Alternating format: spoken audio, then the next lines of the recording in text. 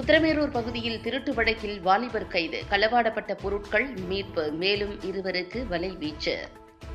காஞ்சிபுரம் மாவட்டம் உத்திரமேரூர் வடக்கிரெட்டி தெருவைச் சேர்ந்த சந்திரசேகரன் என்பவர் பேரூராட்சி எல்லைக்குட்பட்ட ஆணைப்பள்ள பகுதியில் புதிதாக வீடு கட்டி வருகிறார்.